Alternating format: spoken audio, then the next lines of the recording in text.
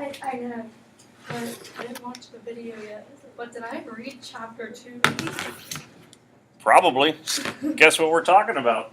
It seems a little Chapter 2. gross. Do you want to give us your rundown of chapter 2, and then we can kind of go yes or no, or? Did he really have a dream about his, like, that girl that way? Like, it's sort of gross with his daughter. Well, that part's not the dream. Wait, I thought it was a dream. No, Ooh, it's not a dream. that's not the dream. Yeah, we stuck. It was more of an awkward conversation to have in English class than this. Hey, Charles Darwin married his first cousin. Yeah, but I thought that was a dream. There is a dream. True Blood. That's disgusting. True Blood does have a dream. Anyone remember any contents of the dream? Clearly, that was not one of them. Wasn't it something that, like a boat? Or was that not a dream? Not a boat. Like music coming through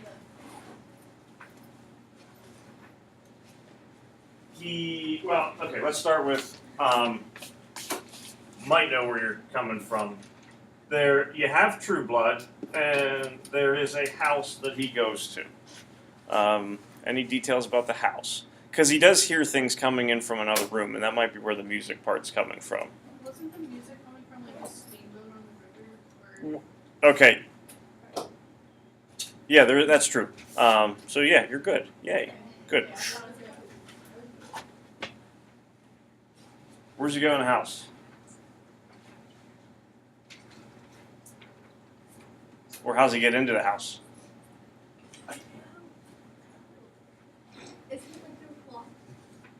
Sort of. There is. The lady comes out of the clock, and that's the only way you can get out of the house. Watching Celine and Amanda's reactions is just basically the fun part of class because, yeah, see, they're both happy. See, you're already in a better mood than you were when you walked in here. Goes in the house, and we'll get in here to the clock and all that kind of stuff. Enters through the front door. Here's the big deal about that. This would be a total taboo. You would not have True Blood, who's a black sharecropper, going through the front door of a house that is owned by a white couple, Mr. and Mrs. Broadnax. Keep in mind, this would still be roughly 1930-ish, so there is certainly going to be a lot of discrimination, segregation taking place. If True Blood were to show up to a person's house, it would be expected that he would be going around the back. But he goes in the house, goes through the front door, and then enters into the bedroom. And in the bedroom then is where you have the clock, where woman comes out of. Woman is white woman,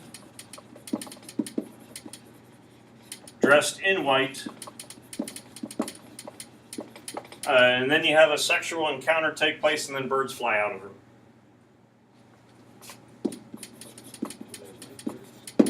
They are white birds. The part that is also kind of weird beyond all this is he hears voices in the other room, and that would be Mr. Broadnax, who hears what would be taking place. And then I think this is also in the steamboat music and all that kind of stuff is he's hearing as well. But Broadnax knows what is going on, but doesn't do anything to stop it.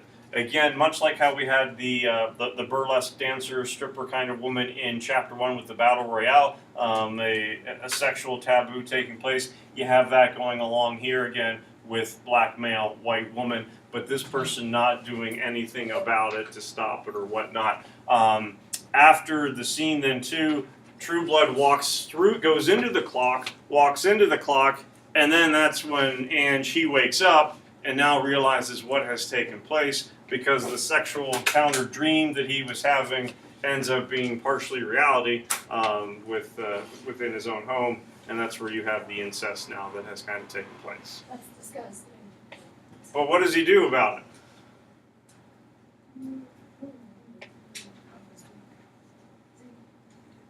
if this happens to a person, how would you expect True Blood to act around other people? Well, and what would you want to avoid at all costs? Okay. You wouldn't want to talk about this whatsoever. When Norton shows up, what does True Blood basically do? Here's what happened.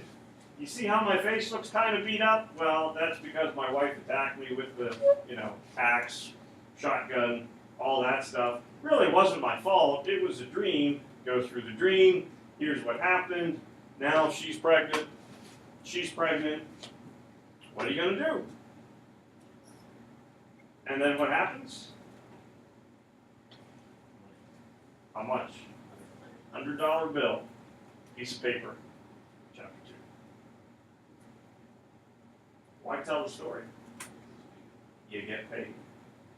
And when he tells the story, it's not like, okay, you might not want to hear this part. It is very matter of fact, tells the whole truth, doesn't hide any details, but he will go through the story, he will speak, he will talk, because he knows that he will end up getting the money out of it. Which would lead you to believe what has happened numerous times. Lies. Maybe not so much lies, but he's told this story before because he's gotten money.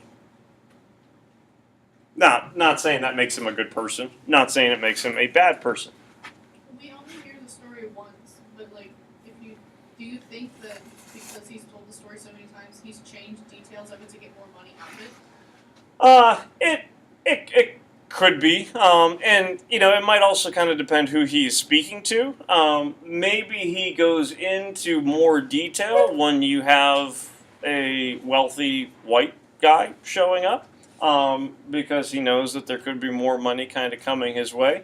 And this certainly kind of, would kind of highlight the contrast that would exist, where what is going to be the black community's viewpoint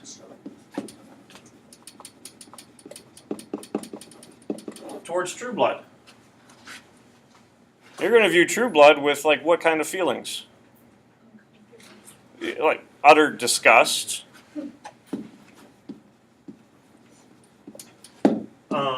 Probably a feeling of embarrassment. Because what does True Blood do? I don't mean the act. He puts them in a bad light because then all the white people are going to be judging him based on his poor decisions. And so if the black community is being judged based on him, he is enhancing a stereotype. Okay? He is furthering a barbaric stereotype. And in all honesty, before True Blood, that is a stereotype that exists. What does he do? Add more fuel to the fire. Now, conversely, how does the white community view him? And certainly with a stereotype, but what is the white community's treatment toward him? Give him money. Why?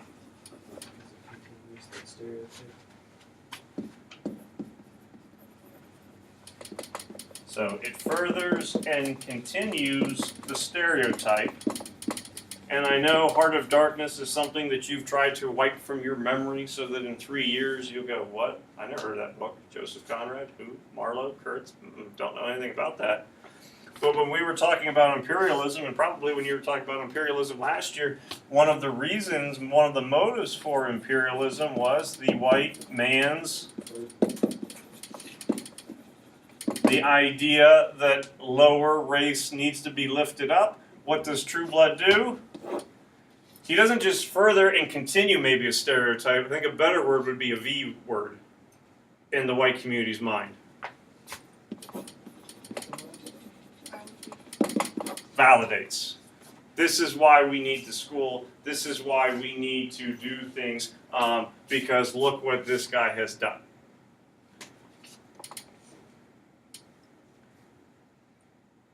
And why are you going to keep telling the story? Money, money, money. Now, what piece of advice does Tim get from the vet doctor afterwards at the Golden Day at the bar?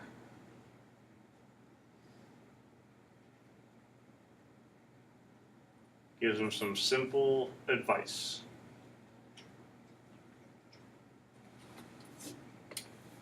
Ooh. Who is the vet doctor from the Golden Day?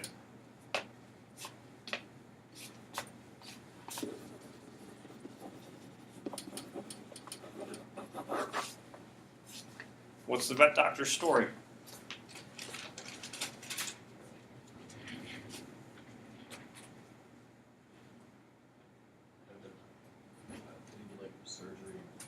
Mm-hmm.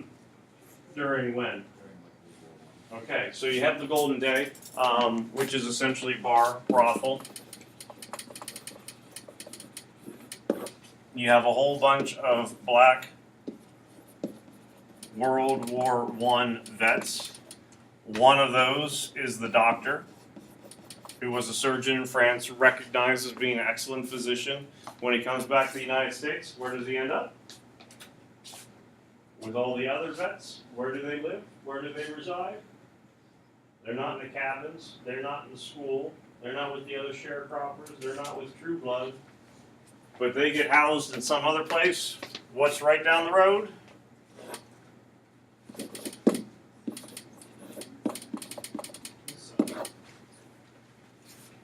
So what are they categorized as? Okay, they are insane. Are they truly insane? We don't know. What does this guy seem though? Seems to know what he's talking about. Seems to be sophisticated, intellectual. He was in France, served during the war. He certainly seems to be entirely with it. Seems to be lucid, clear-headed, aware of everything. He certainly tries to pass on advice to Tim. The main advice that he tries to send to him is, you don't have to believe in it, but what do you have to do?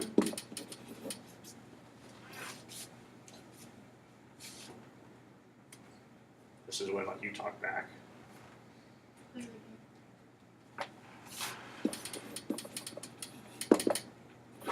What's it mean to play the game? Fake it. Fake it? Okay. Fake what? I think you're right. Like, he might not believe in his position in society, but he has to fake it so that he can advance himself. Okay, so kind of fake your role, fake the stereotype, play the part, do what is expected of you, play the game. What's the grandfather tell him within the dream that he has early on? Undermine him with yeses, agree him to death, grin all the time, but don't believe in it, but you have to do this to kind of play the game. If you're going to go anywhere, you have to kind of know what your role is and use it to your advantage so that you can then kind of gain some kind of power, gain some kind of presence. Does it ultimately end up working? Well, we talked about yesterday. What does Tim have? 1,369 light bulbs. What is he stealing? Electricity, power, manipulation, taking white power, using it for his benefit. So what does he ultimately end up doing? When it's all said and done, he plays the game. What's Jim Trueblood doing? You want to give me $100 every time? I'll tell you the story however many times you want. And do I need to embellish it maybe to make some parts a little bit better so that I get an extra 20 and now I got 100 instead of 80? Yeah, I can do that. And so there could be some potential with that. But he's kind of playing the game, fulfilling the role, the stereotype that is there, so that he can use it for his own benefit. I'm confused why he gets money. Part of it would be, and Norton himself is kind of a odd character to get a grasp of. He's a trustee that Tim ultimately trusts, that probably shouldn't. part of it, I would say, is this, that he feels bad for the situation that he's in and feels the responsibility that I need to help you. And so here's some money to help kind of get by. And True Blood, goes, I've never had so much money in my life. Things are actually kind of looking pretty good. Another part of it, and there's not really somewhere in the book where I think you can point and go, aha. But Norton talks an awful lot about his own daughter. And when he talks about his daughter, it comes off kind of awkward, creepy-ish. One of those could be not that he has done the same thing that True Blood has had, but he identifies with True Blood. That if he views True Blood as that barbaric stereotype, that he then kind of sees True Blood as an extension of himself. No, haven't done it, but I've thought about it. Guilt, and it's kind of like paying your sin money in the offering plates at church or something. This will make those sins kind of go away. So I think there is some identification with it, and Ellison does some. Ellison knows what's going on in the psychology world and sociology, how the mind works, theories that are out there, and I would say that's certainly one of those things that he looks at. Anyone taking psychology, sociology? Ooh, look at all you people. Any thoughts on Freud? You don't really learn about it for like that long. You give it like 3. A lot of Freud's arguments deal with latent sexual urges and things like that, and he spends a fair amount of time looking at parents and children, and so Norton, I think, is kind of an extension of that idea with it. I'm sorry? Yeah, Norton is the one who gives him the money. Tim's not going to give him any money whatsoever. I think it's time we go. But Norton is fast. No, tell me more. Keep talking. And so that whole fascination that he has, is it part of the stereotype? Is it extension of his own thoughts, whether conscious or subconscious? We never exactly know. But I would say that Ellison drives home that psychology aspect when you take a look at what's happening within the Golden Day itself. You have the vet doctor, you have Tim, you have Norton, when I stop in to get whiskey. You have all the patients who are there. And who's watching over the patients? Best name in the book. I mean, if I were in kindergarten, I would want this to be my name. I mean, Camille's nice, but my daughter's in kindergarten, Sadie. That's the name of a golden retriever. See, it's named. See, animal. You won't be named after a cat or a dog. I think you didn't think that. Nope, I said Evelyn.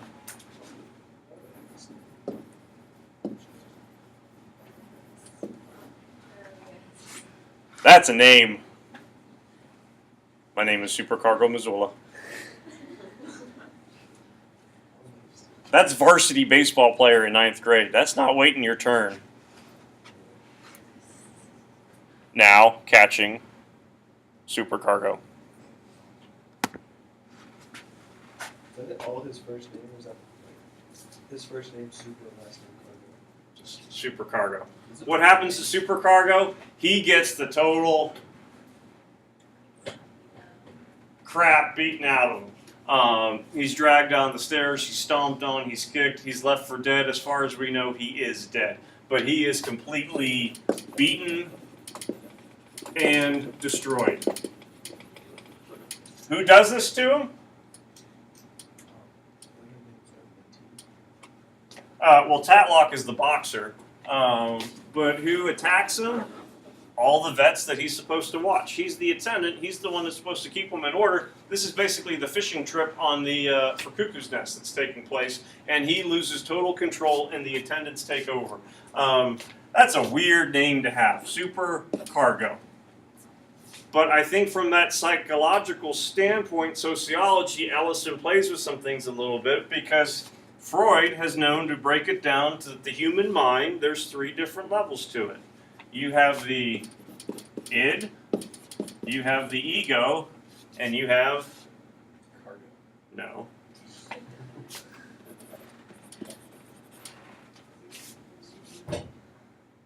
What is it? Super ego. You have the super ego.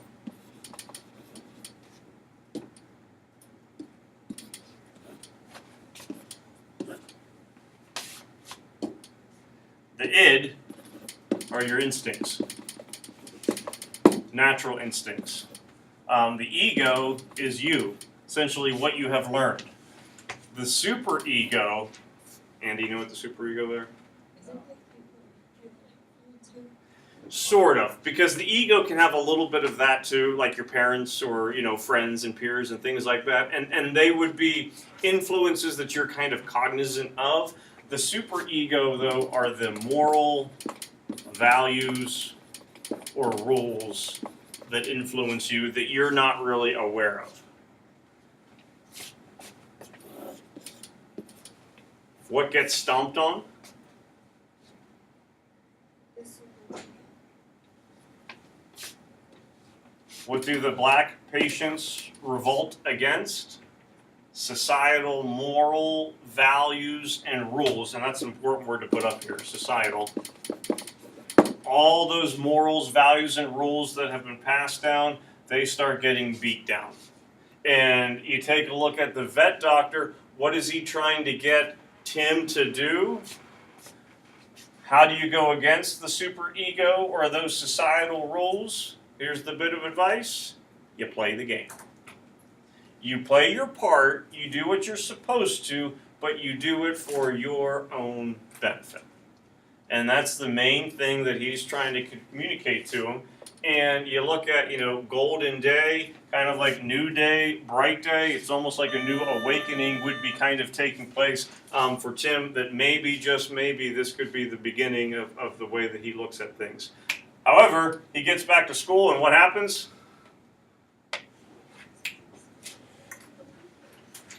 Gets kicked out.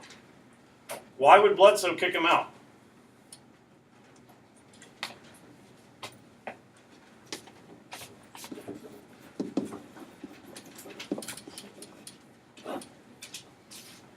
Because Tim's not a threat. He's a naive 20-year-old. Why kick him out? Who else does he kick out?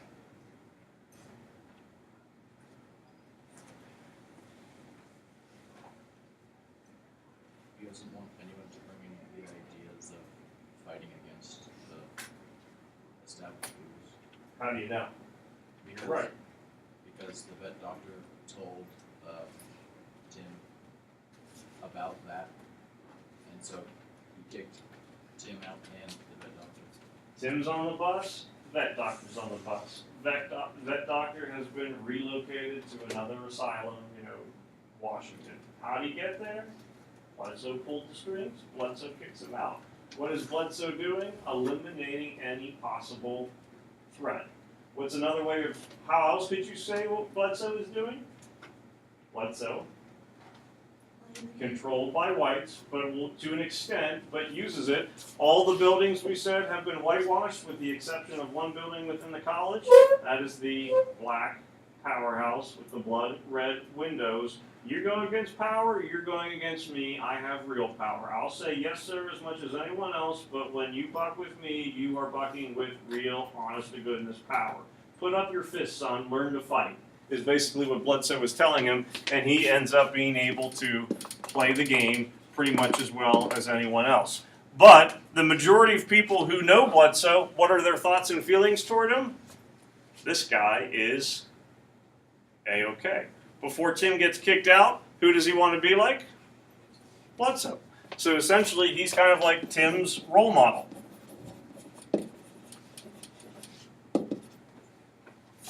Who else praises Bledsoe quite in a lengthy speech or sermon?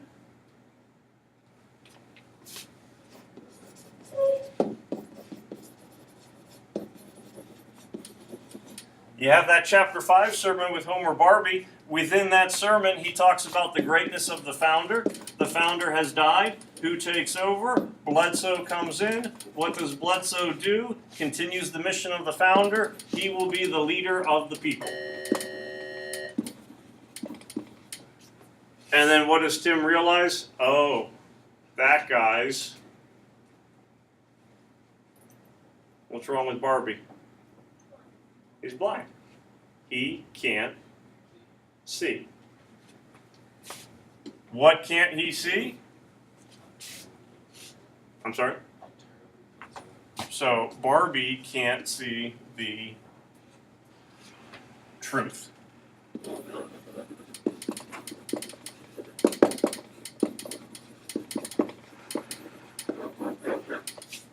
Statue. Keep the veil over her eyes, you can't see what's going on. And then Tim gets out of the chapel, and this is like the best little scene, and he starts hearing tweet, tweet, tweet, tweet, tweet. It's not the Blue Jays, it's not the Robins, it's not the Cardinals, it's not the Blackbirds, it's not even any white birds, pigeons, crows. And remember what birds start making noise? He said mockingbirds in middle space.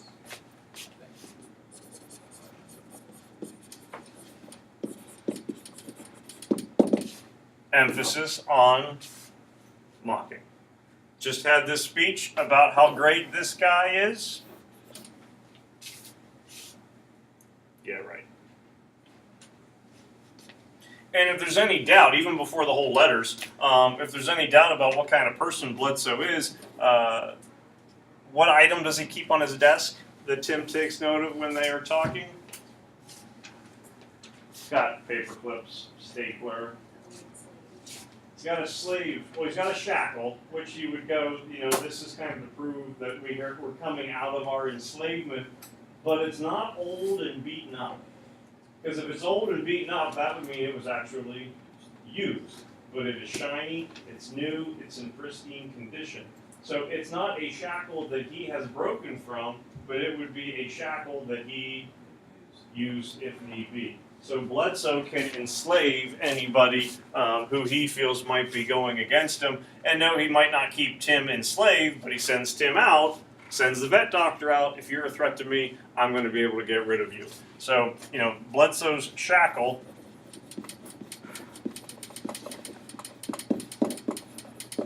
chapter 6 would be a pretty good symbol to kind of keep an eye on, since it would be used to enslave others. And then Tim gets to New York City. No one really talks to him, passes out all the letters. Anybody else he comes in contact with? A guy in his clothes and stuff. You don't remember his name?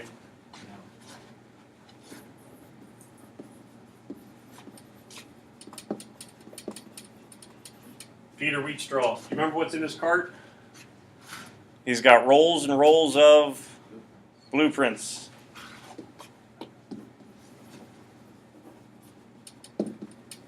And he's singing. What kind of songs is he singing?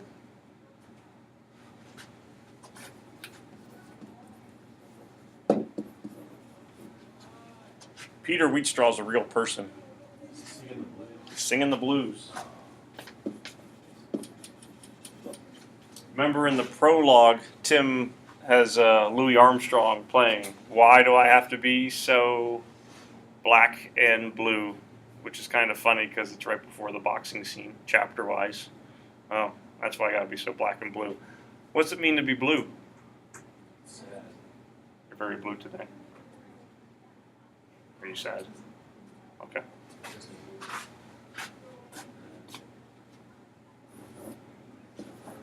Peter Wheatstraw is a blues musician, turn of the century, like 1910 to roughly like 1920. So a blues person would know who Peter Wheatstraw is. He is not a real guy in New York City. He's going to be pushing around blueprints, singing the blues. Why is it appropriate for him to be introducing Tim to the blues based on what is about to happen? He's going to go have a meeting with Emerson, and what's he find out? You've been kicked out. Papers, he doesn't want you to go anywhere. So Wheatstraw, Wheat Straw introduces him to this idea of the blues, that things might not necessarily go your way. Wheat Straw is basically has those good old Southern, values or demeanor. He's a displaced Southerner. What's Tim's problem? Probably throughout the course of the whole book, since it's Invisible Man. Tim lacks character or soul. Think of an I word. If you're not recognized, that means you don't have any identity. You don't know who you are. This guy is trying to bring home the fact that, hey, you're from the South, aren't you? No, you're from the South. Okay. He's trying to get him to embrace his Southern roots. But he's got to hurry off, because this guy's freaking him out. He's got a meeting with Emerson. Before he gets to that meeting with Emerson, he's going to stop for breakfast. He gets to the counter. What does the guy offer him? You look like you are a... What breakfast does he throw out there for him? Pork chops and grits kind of guy. Nope. I would like toast, coffee, orange juice. Pork chop and grits. What kind of meal is that? Breakfast-wise. It's a hearty meal. Who eats grits? So you're not going to find too many grits at the eating part around here. It's a Southern meal. You look like a Southern guy, Southern identity, that's who you are, why don't you have that meal? Nope, don't want it. I want, what kind of breakfast? Northern breakfast. What kind of breakfast? Businessman's breakfast. I'm trying to be someone new. Just had this encounter with Wheat Straw where he's trying to get him to identify with his roots. He goes, nope, I don't want any of that. I'm going to try to be someone new. And that's when he basically gets the news that he has been kicked out and now he's black and blue, just like Mr. Wheat Straw. Man, I'll come by and pick that stuff up at your table. Southern breakfast, you do have to be Southern.